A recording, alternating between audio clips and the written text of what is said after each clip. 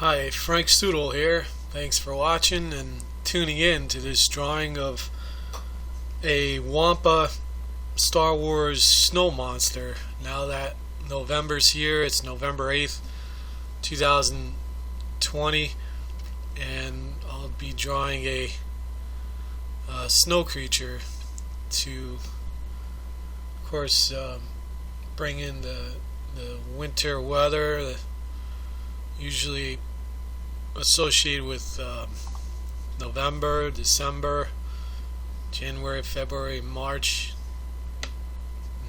sometimes April. So we have a new layer here over the base layer, and then for the pen, I think I'll just pick this large one, and then we'll bring this back to center. And for the size, usually 20 is pretty good for what I'm working on. So having looked at a quick image of it, I'm just gonna see if I could draw this from memory. I remember the horns are on the side, and as far as the eyes, they're just like dark shadows almost. They're not really super clear. You can't really see his eyes that well. So I'll just improvise here. It's a cartoon version. And yeah, in the original Empire Strikes Back, that was a really cool scene because it had a monster in it, and I'm a huge fan of monsters from when I was a kid to even through now. So the WAMPA, I remember getting that at this retail store, and the action figure was really well done. They did a great job on that figure. I don't have it anymore, but that was a really cool action figure, really well detailed and large scale for I think it was 1981 the figure came out, or it could have been 1980 when the movie came out. But yeah, they did a great job. And then for this creature that it has like tusks coming out its side, I'm not basing it on the one from the action figure. I'm just going based off the newer WAMPA creature from the updated movie. But the original WAMPA, I thought that was pretty cool. They did a great job on that. So as far as the mouth, I'll try to open it up more. This way you could see more of the teeth. And the teeth, I'm just going really quick with it. I'm not being too detailed here. But we could have the teeth be individual, and then we'll have to go back in and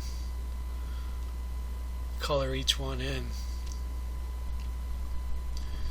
Otherwise, yeah, I think that looks better with the teeth.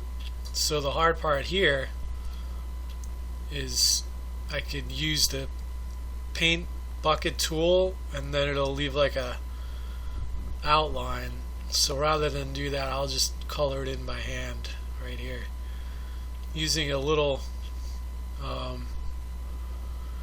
bamboo tablet with the pen attached to it, and you just draw freehand with your pen.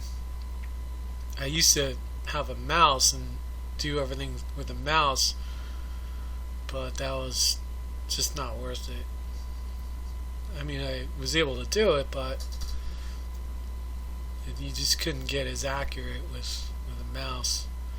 So the eyes are just really reset in pretty far, set in pretty far, so you can't really make out the eyes at a quick glance. So because I'm running out of room here, I'm going to just have him like reaching his arms out,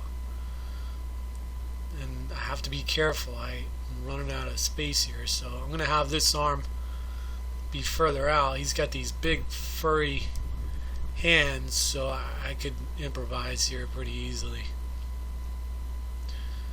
He's got so much fur over him, and that makes it easy to draw.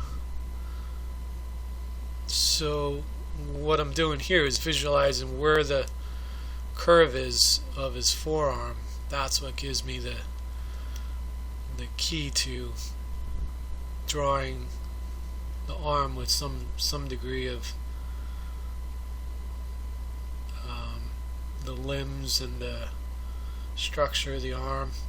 So what I want to do is have him holding like a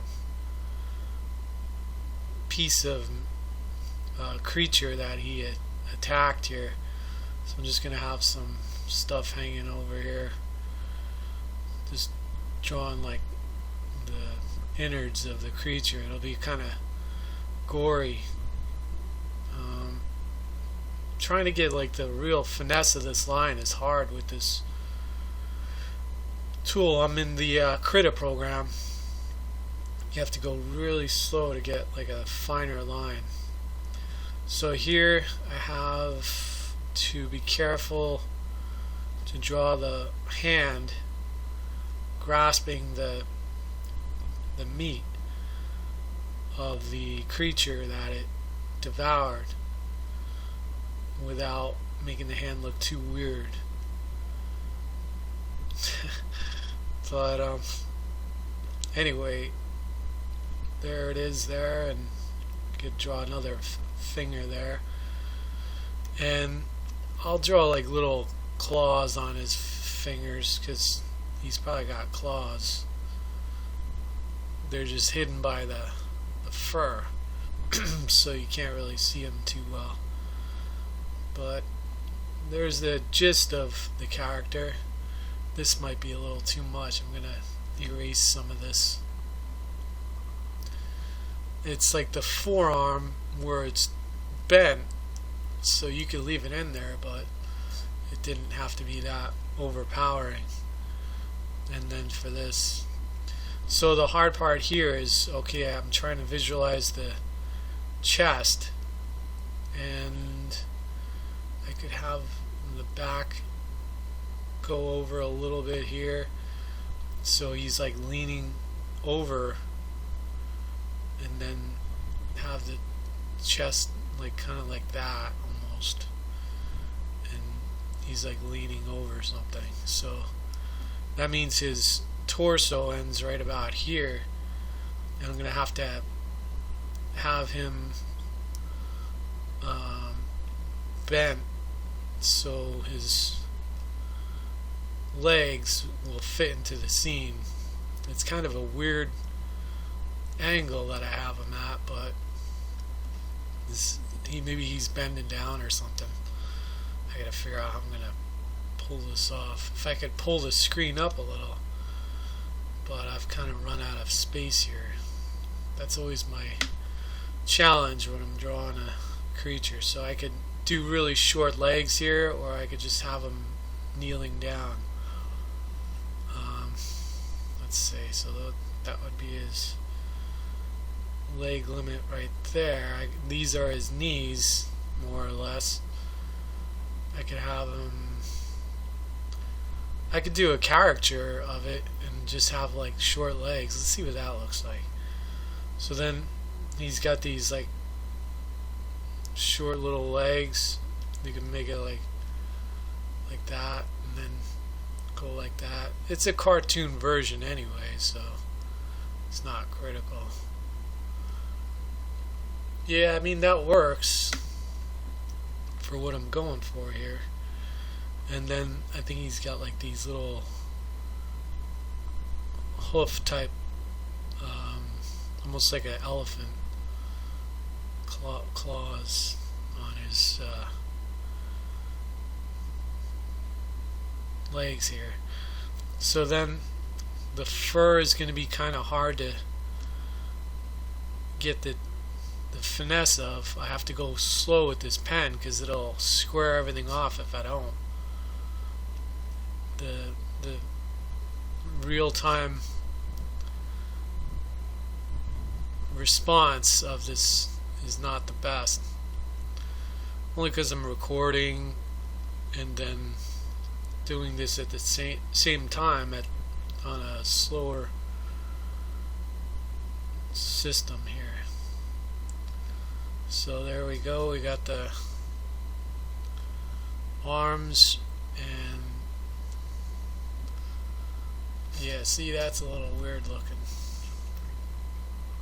With this arm here, I need to really cut this piece off here and then make it more squared off here. So this piece actually has to come out more because his arm looks a little weird there. So what I'll do is bring this piece out, and then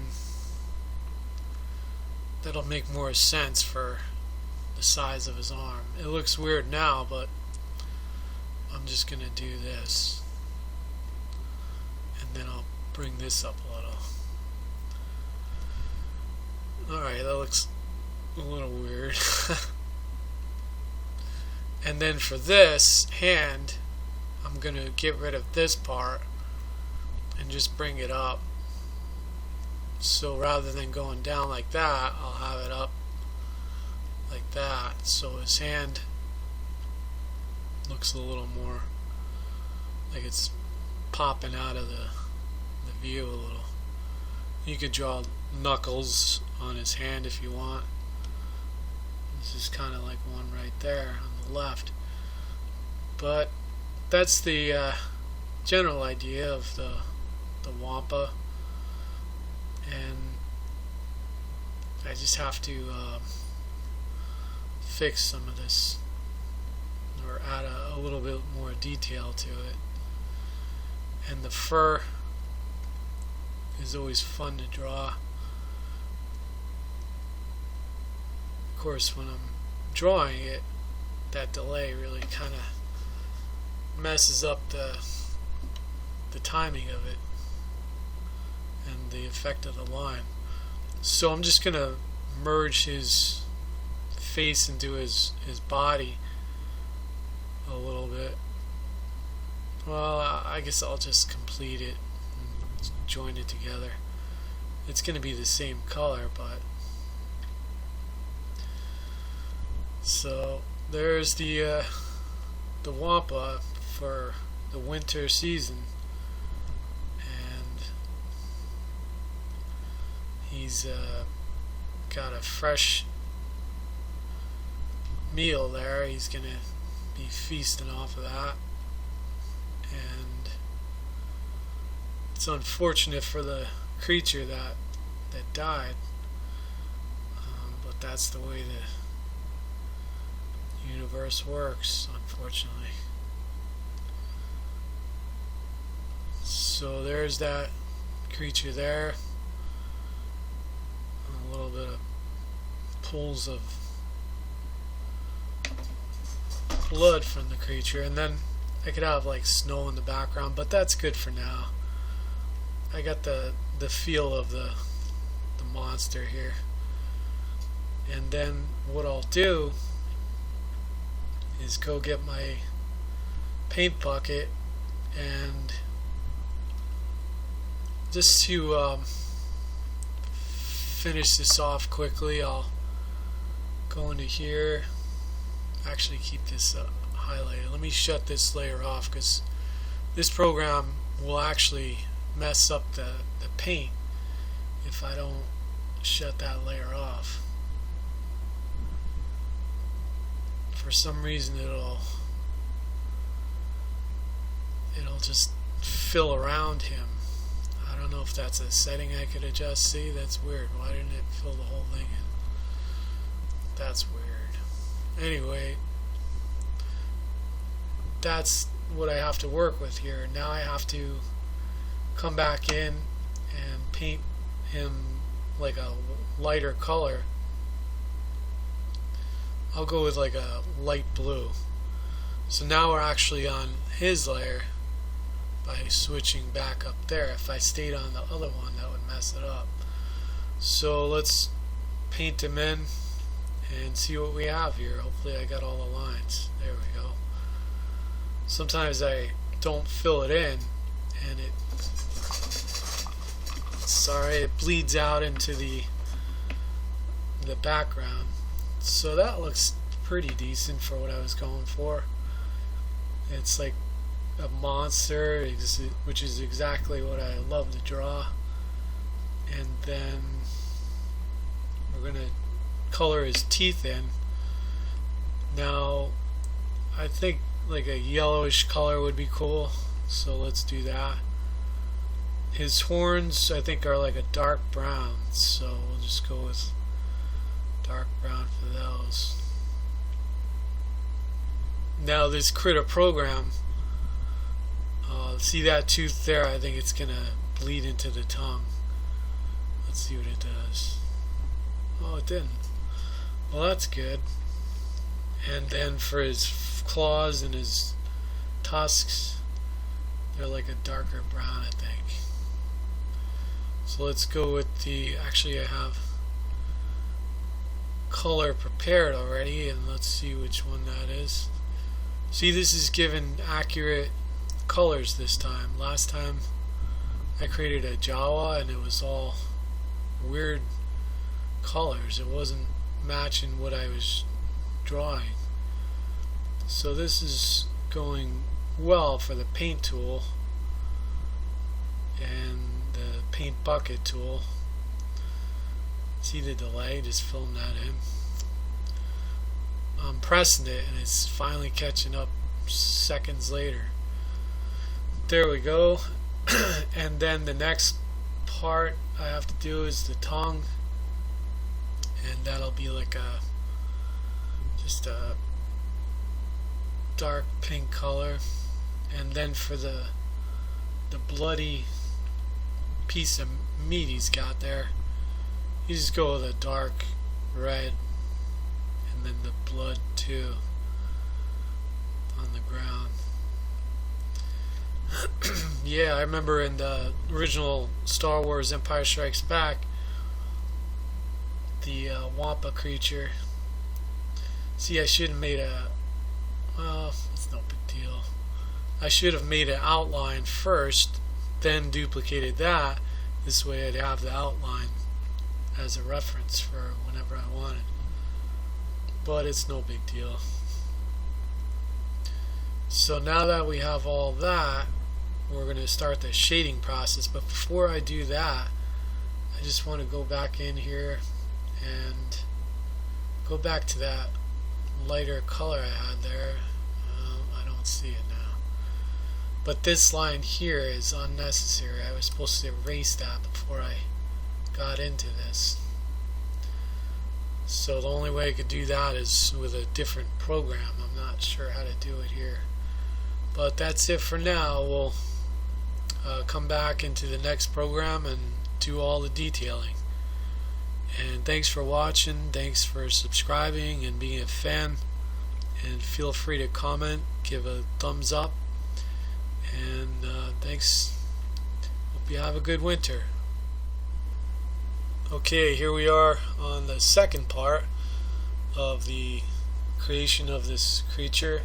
So what I'll do is just do a quick select, and that'll highlight the character, and then I could just do some quick painting, and this opacity of usually 23, 25 is good, and then you could check the size of the line there. But before I do that, let me fix this line here with the Smudge Tool, and that'll make it appear a little more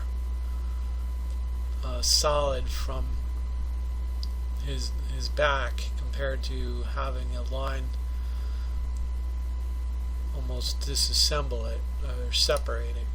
So that's a solid line now, and we could go back to the paint bucket tool and let's see, we'll go back into the, actually let me do a duplicate. This is always a good idea just in case you want to, if you mess up or want to change something back.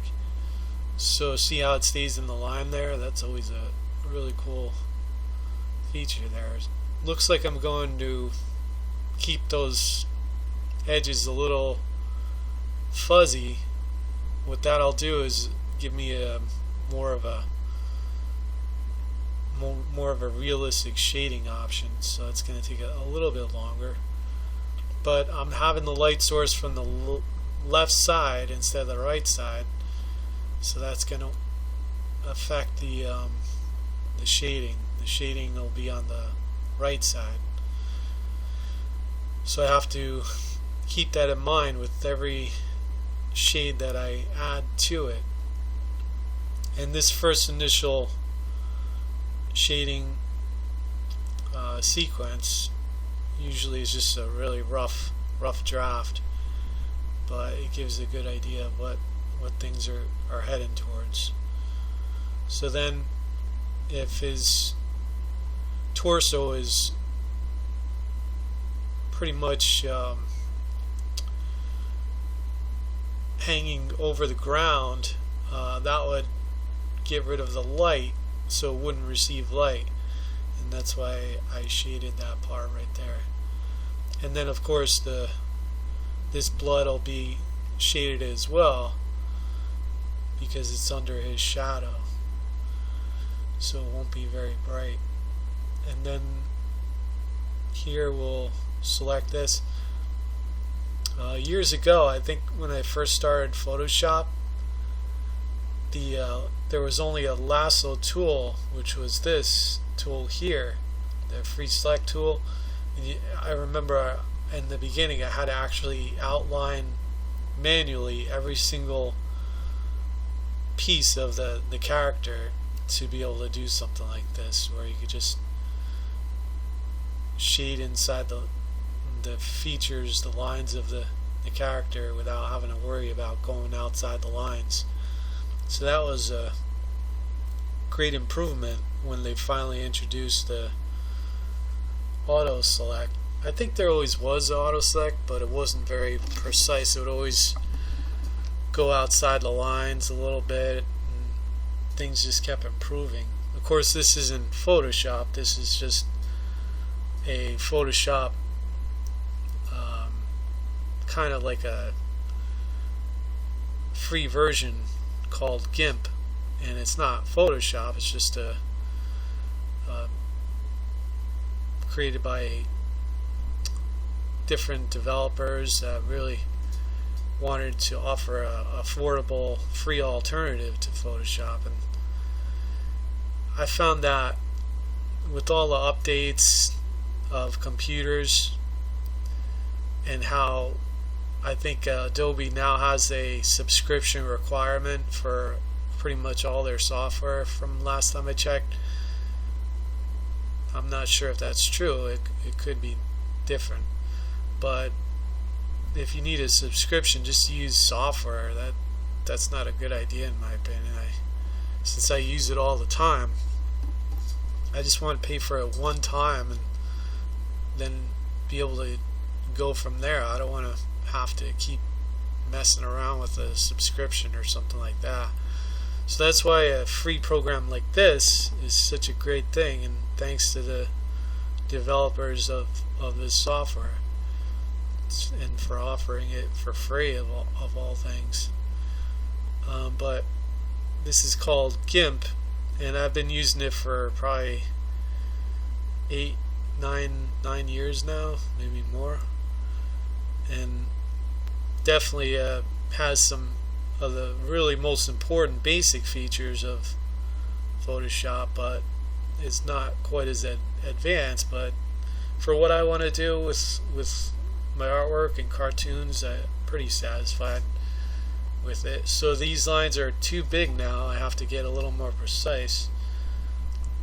What happened there? Okay, I'm back in the paint tool.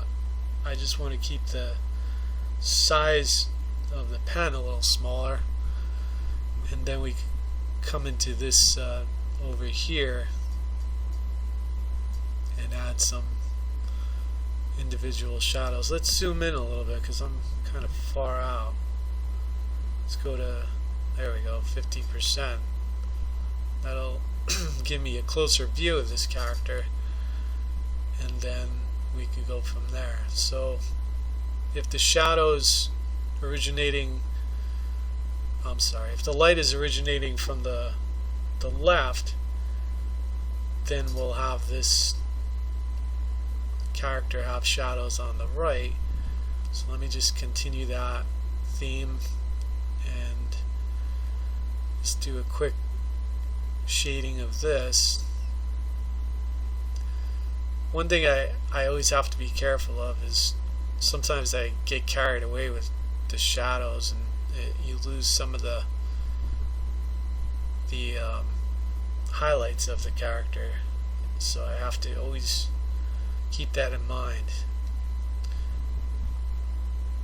Like sometimes I overdo the shadows and I have to just cut back a little bit. Plus there are some shadows that are very hard edges to them, so they're not quite as smooth as a lot of these shadows are. And then of course, like for a horn of the face, that would have a harder shadow with a firm edge to the shadow. But you could always do a cell shaded look, and that would make this so much faster, but you'd get less effect of realism since it would be cell shaded.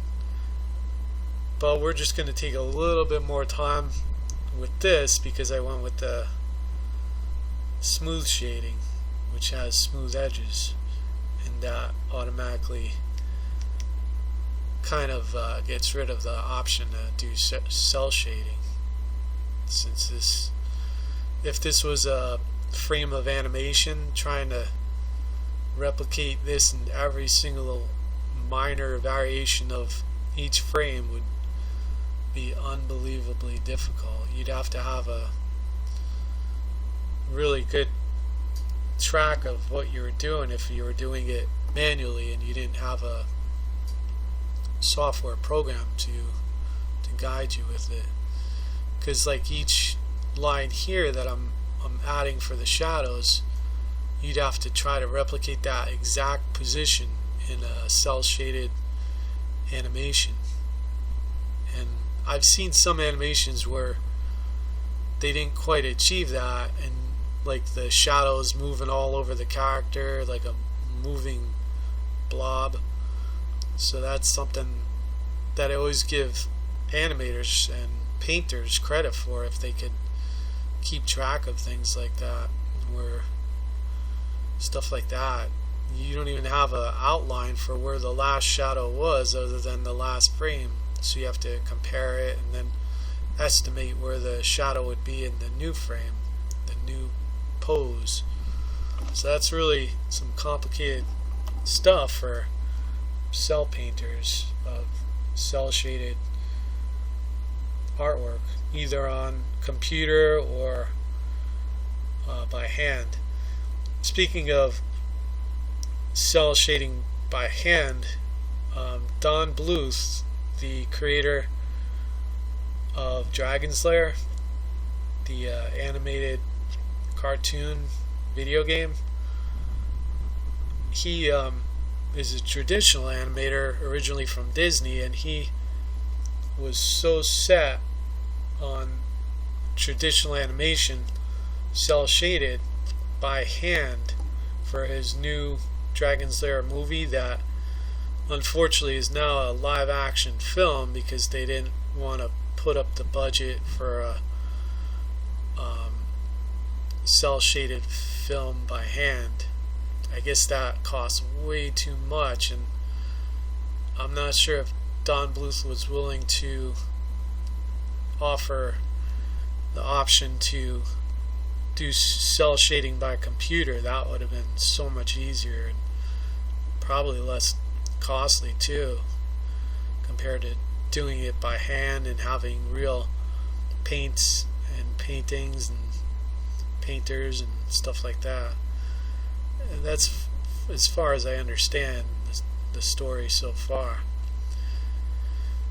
But as we continue with this, and I would have loved to have seen a Dragon's Lair cell animated movie, but unfortunately that's not going to happen yet. And Don Bluth, I think he's like in his mid-80s now, so I think this was his main chance to really do a final cell animated movie for Dragon's Lair. But it looks like it's going to be a live action film from Netflix if that goes forward and doesn't get canceled. I'd be interested in seeing what it's like, to see if they could capture some of the feel of the game. But one thing I've noticed in movies that are based on animated series or animated films is they never quite get it right. There's always something off about it. In other words, the cell animation is one of a kind, and here's this live action film trying to come up with its own version of what it would be like if it was live action, and I can't think of any really good example that achieved that without messing up the story or the characters or stuff like that. It's really a matter of the fact that cell animation should most times stay cell animation or animated in general. For like Transformers and other series that have been turned into movies, I'll just say the animated series are so much better. I just can't get into the live action movies. And then with video games, that's another situation where it's rare to really see a video game faithfully capture the story of that video game in movie format. Many times they try to change the story or the characters or the main plot or the main theme, and it just backfires. Hollywood and like the studios that work on those things, I guess they feel the story wasn't good enough for what they want to do, or they want to try something new with it instead of just going off the original story. And a lot of the original fans are like, why didn't you just use the story from the video game, you know? But they're always creating something new, so maybe that's their motivation. But I did see the Sonic the Hedgehog movie, and I was entertained by it. I liked it. It wasn't quite like the video game, because Sonic the Hedgehog 1, 2, and 3, and then Sonic and Knuckles and Sonic Mania, those are all side scrollers. They're not the 3D games. I think they were probably basing it more on the 3D game, but they fixed the look of the main character, which helped out tremendously. It looked more like the original Sonic the Hedgehog from the first video game, and that was like really important, because what they had before, it looked like a guy dressed in a suit, like a mask guy. It looked, I mean, if it was at a, even if it was at like a cosplay or event where they had somebody dressed as Sonic, it still didn't look like Sonic should, because they have costumes that look much better. Like Mickey Mouse costume, that looks like Mickey Mouse, but this was almost like, I don't know, it was way off. So thankfully they listened to the fans and fixed that, because that was pretty bad. But yeah, the new version looked much closer to what Sonic should look like. It was much better with the eyes and the torso and the legs, and it was a fun movie. And Jim Carrey was the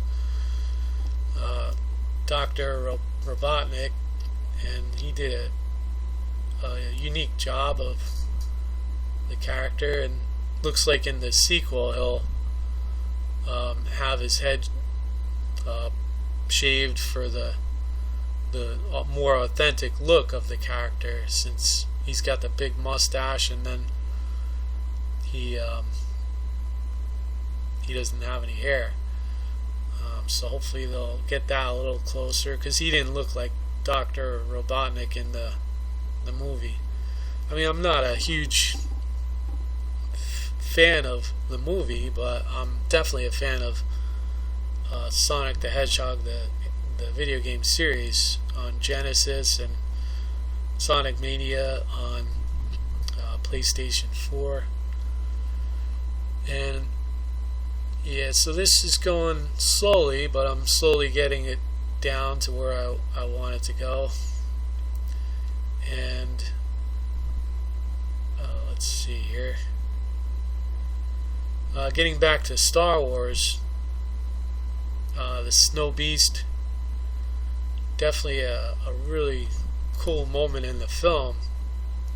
And Luke, that was so cool. He's hanging upside down, and the Snow Beast was like hungry and ready to eat the next meal. So Luke had to really concentrate on the Force, which he was pretty new to, and pull that lightsaber out of the snow just in time. So he lucked out and was able to lift it out of the snow. So his hand here is casting his shadow onto his other leg here, his left leg.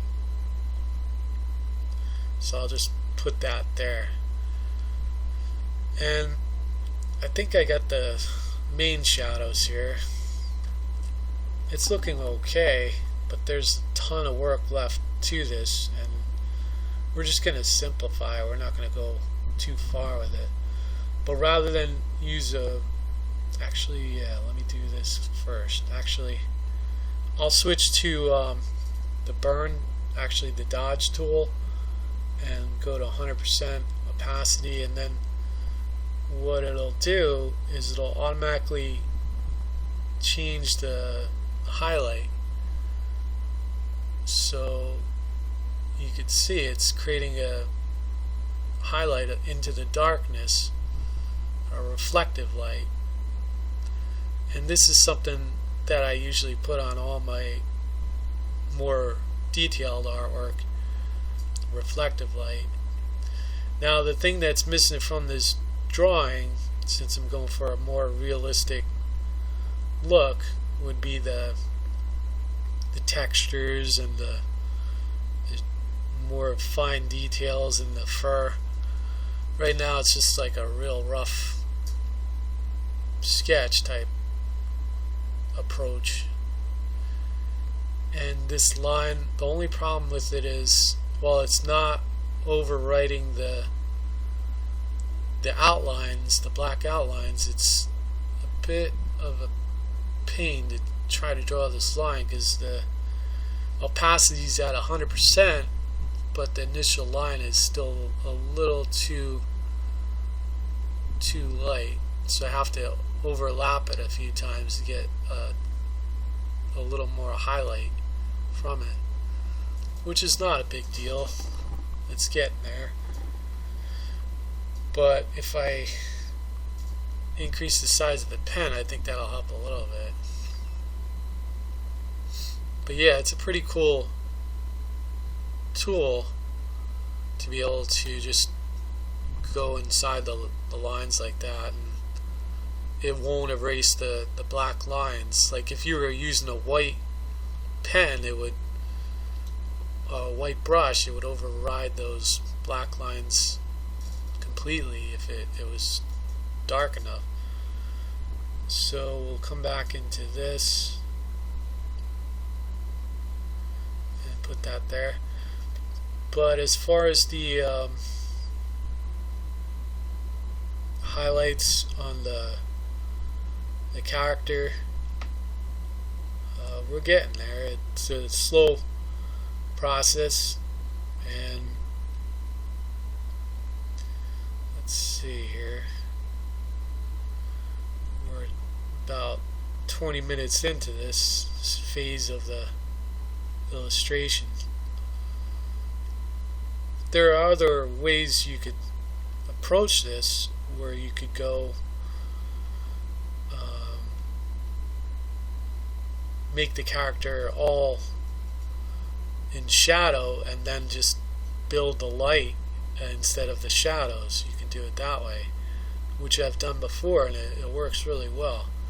But I started this more basic way and started with the shadows after I had the main colors painted in.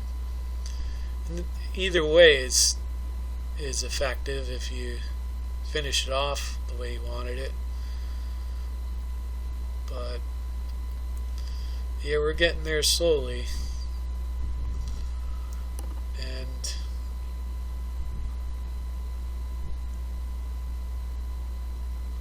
should be finished shortly, as far as the main sketch. But if I come back into this, I would just, if I was doing this by hand, it'd be so much easier. But let's see, so we'll come back into the brush, and we'll just add some rough shading here just to give it a little more dimension and detail. See, those black lines are super thick, so what I'm gonna do is try to use some different effects for this, because those lines are way too heavy. But let's just go really quick with this, and see, this should be 100% now. What this does here, these are the little reflective highlights on the meat, so they'll be like really bright. If you ever look at a shiny object or that has like some moisture on it, you get these little spots, like in a pool of water, like little spots everywhere. Not so much in shadow, but, and then for the claws, that would be those could be like really shiny and stuff like that. So you could put some of those on there too. And then the teeth, you could add some highlights to the teeth. See how this line is the paint, so it goes right over the black lines. So I got to be a little careful not to go too far out. But the thing I was thinking of was it's called, I think, dilate versus erode. And what it does is it'll compress the lines a little bit more. So let's take a look at that right now. We'll just duplicate this, and then I'll show a comparison right after of what I'm going for here. So if I go under filters, go under generic, and press dilate, it'll start to dilate this character. See, this program, sometimes it doesn't work right away on the first try. I don't think it's oh, there it goes, it's finally working. So let's see these little black lines start to disappear. The thing I have to be careful of is if I go too far with it, then the black lines start turning to white lines, and then it looks weird. But it's going to take a little bit. It's going through, trying to create it, and we'll see how it looks really quick. There's still a lot more I would do with this. It's probably about 70% done, but I would add textures and tons of little fur lines throughout all this.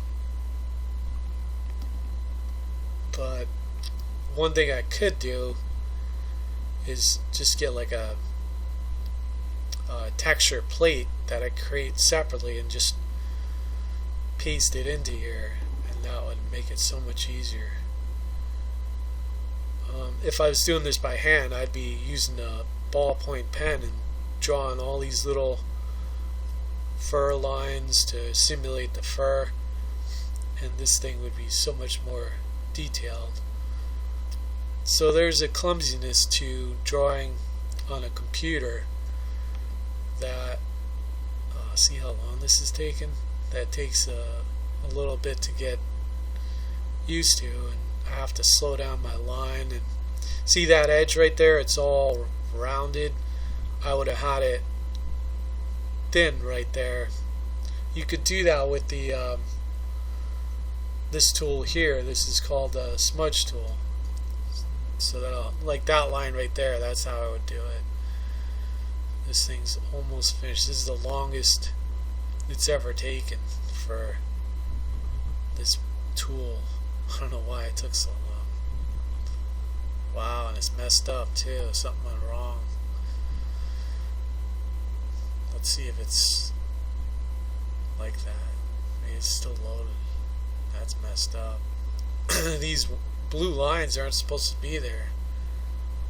What the heck? It erased my character. That's weird. Alright, so that didn't work. Good thing I did a duplicate of it. Wow, that's definitely a glitch.